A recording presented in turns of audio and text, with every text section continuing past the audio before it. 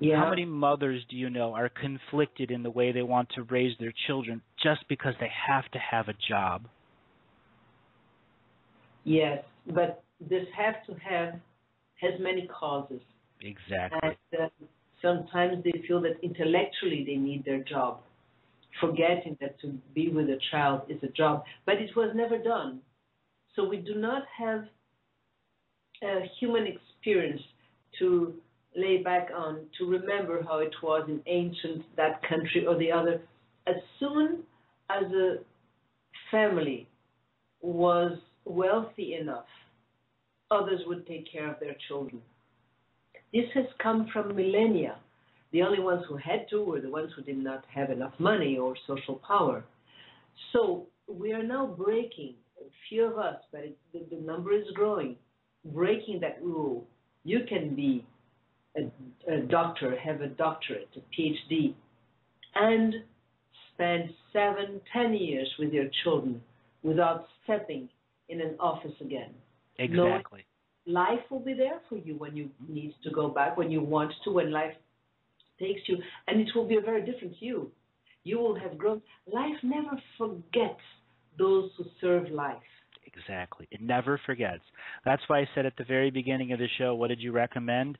Self-healing, self-nurturing, schedule management. Own your schedule. Own your schedule. Step down. Have one less car, one less pair of shoes. You will pay less taxes also. But move cities, change something, because to have a child and say, bye baby, I'll see you this evening, day after day after day, you're just buying your separation. And when that baby is 18 years old, it will hurt.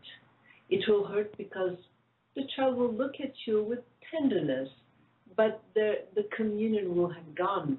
Yep. Yeah. You've lost that slice of innocence growing up and your connection to it when they're no longer innocent.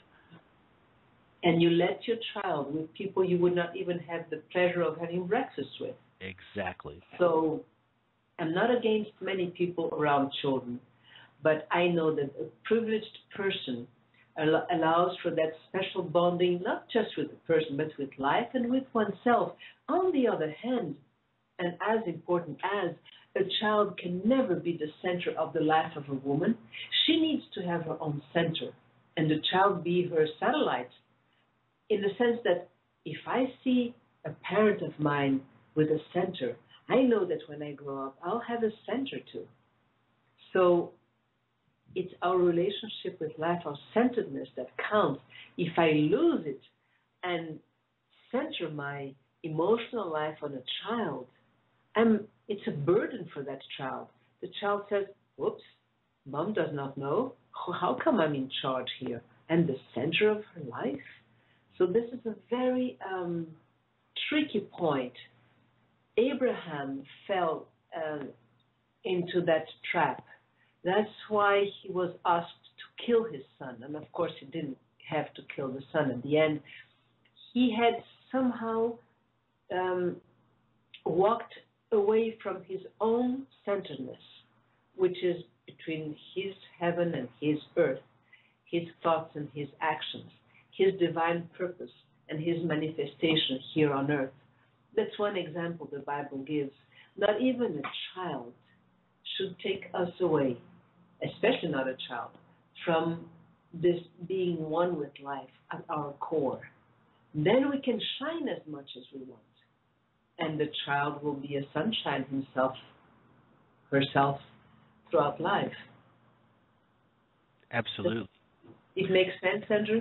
Absolutely, it does. And it goes back into this rainbow concept of the fifth world of peace, where the rainbow warriors step forward and express all seven colors of expression, and no one person is unequal to anyone else. Where all forms of equity and equality are understood at the heart space level, And our society finishes its transformation and healing by realizing the patriarchal and matriarchal concepts come back to equity and equality through the birthing experience and through the raising experience. It's how we get back to the fundamentals of being human, separate of the city and the taxes and all those other things that the system of domination and control enforces on us, because we've created it over hundreds of years. We created the industrial society. Yes, there were people at the top that made it go crazy and did lots of horrible things, but at the same time, we could have rose up at any point in time. Pitchforks and torches changed the world for millions of years, okay? A pitchfork and a torch. And it could have been done, and it could have been done, and it could have been, it wasn't. So we are here now with this legacy, okay? And that equity is way that God will come down and view man, not in judgment, but in equity. It's in the Bible all over, the word equity. It's a concept that was created as a separate court system in London, in England in the 14 and 1500s, where common law was so corrupt. You know, the rules it was impossible for a person to get a fair trial. So they created courts of chancery equity based off the original way deals were done in the barter system around the world before the over-concepts of religions took over and enforced a banking system. Okay. Yeah, I had sent you words. Can you explain equity? I wanted to have it more present, yes. Equity is the way in which human beings exchange energy, and understand that a cow for a sheep can have an energy exchange if there's something that balances the frequency of the two beings, not only the sheep and the goat or whatever, whether it's grain or this, there's a balance. And equity is to make sure all parts of remedy and resolve are found, that no person is left out in the cold, that all people have the right amount of food, that if you need to have your roof repaired and you don't have a ladder because your back is hurt, that you can still have help in your community because you're a part of that community.